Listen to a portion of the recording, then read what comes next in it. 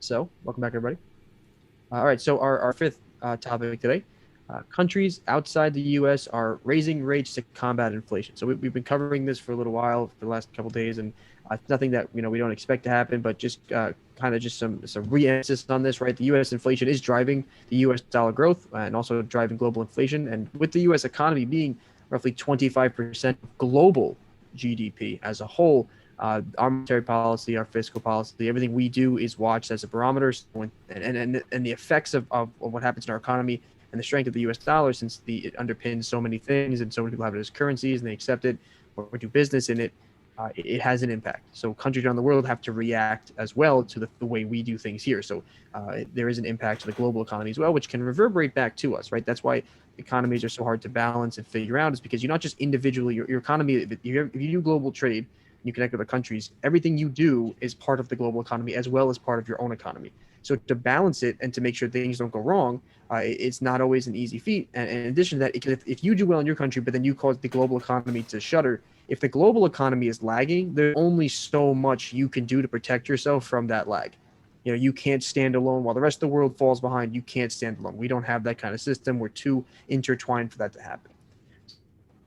That's something important to watch. And higher rates, as countries raise rates, including the United States raise rates, is going to hurt countries, especially emerging market countries, countries that have borrowed a lot of debt in the U.S. dollar. And any of those things are going to look at definitely some pain down the road. And the U.S. dollar hurts emerging market economies or anyone who borrows in U.S. dollars, but helps larger exporters such as in Europe and East Asia, where products are now more competitive relative to U.S. exports, because when they export product, people can buy more with the U.S. dollar. So they're able to pump out more product. People are buying more and more of those things with a stronger U.S. dollar, because people can import and buy more with the strong U.S. dollar. But sellers who use the U.S. dollar could see a harder time moving product, because then their products become more expensive for other people to buy. So if we export to a country, they have to pay more U.S. dollars for the same thing as opposed to the way they did before.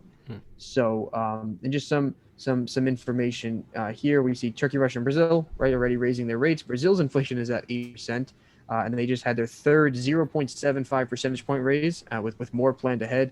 Turkey's main interest rate is at 19%. They're combating double-digit inflation at the moment, and even though President Erdogan is pressuring them to lower rates, so they're going to see what that could do, because they could wind up lowering rates anyway to make funding more easily attainable. So we're going to see how that works out. But this is something I thought was interesting. Since the start of the year, the price of potatoes, cabbage, and carrots has risen by 60 to 80%. And this is part of something called the Borscht set, BORSCHT. And it's a bellwether indicator for many Russians, because it involves the main ingredients in the country's beloved soup. So they use that as a bellwether to figure out how much inflation and what kind of price pressure there's going to be. And those core staples are up 60 to 80%. Wow. That is a lot of money. And in North Korea too, we didn't do a separate thing about this, but based on their low crop yields and heavy inflation, some insiders, because there's very little data that comes out of North Korea, but some news stations have supposed sources based on what they say. This to say that they're looking at like bottles of shampoo that cost $200. Goodness. In North Korea, so there's a lot of heavy inflation. That's crazy. Yeah, Wow. That is absurd. Even Germany's looking at 4% inflation. They usually do a good job of keeping inflation and outspending. They usually do a good job of keeping that contained. So from Norway to South Korea to Hungary, central banks are doing now or are planning to do within the next year rate increases. So the key balance here, though, is they want to figure out we don't want to stifle recovery.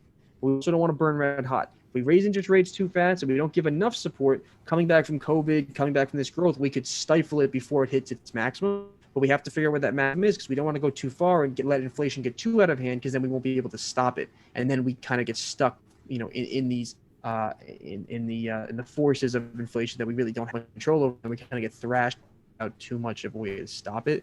So that's really the tough part here. I don't envy being a central banker. I don't envy making these policies. I don't know the answers whatsoever, but that is the balance. They're trying to make sure they don't stop recoveries too soon, but they also want to make sure they're not running red hot for too long.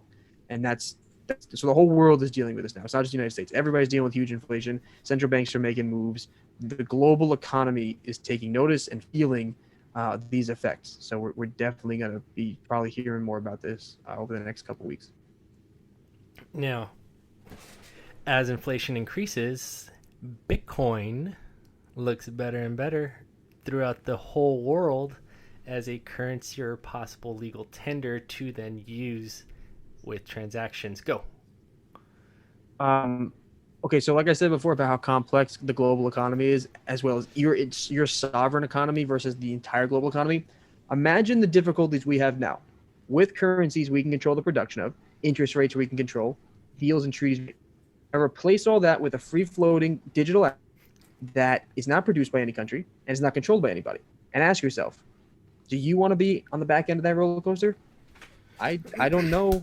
Take if my I money. want to. I don't know. Take my money. Look, Josh. You. Take my I money. can't wait when they find a way to transport your entire like essence into digital code, and there's a digital world, Josh. I will literally make donations to you and let you buy furniture, and I'll help you out. I will take promise. that deal. I will. promise. I will. You will purchase some expensive virtual furniture, and they will all be NFTs. And then you know what I'll do? And some days when I don't like you, I'll pull the wire out of the router, just a lag switch it. So all of a sudden you'll be in your house, you'll be reaching for the soda, but you can't really quite get there for some reason. I'm like, oh Josh, what were you saying? Sorry, but I couldn't hear you. Glitching. You're like, oh my God, what was that? What was that? Oh man. So yeah, no, but I do think that. I mean, I hear that because Bitcoin and cryptocurrencies don't really. Aren't really currently being affected by inflation. But what scares me the most, you can't have currencies that aren't affected by inflation. Everything is affected by inflation. If it's not affected by inflation, I don't know how that works. You know, like how is that a currency? No one's regulating it. It's not affected by inflation. It's barely being taxed in some places. I don't know how that replaces, right? Digital assets, I think, will take his money. He's saying, take his money. Look, I would love to just take your money, but I'm not giving you any crypto assets. I'm just going to take your money.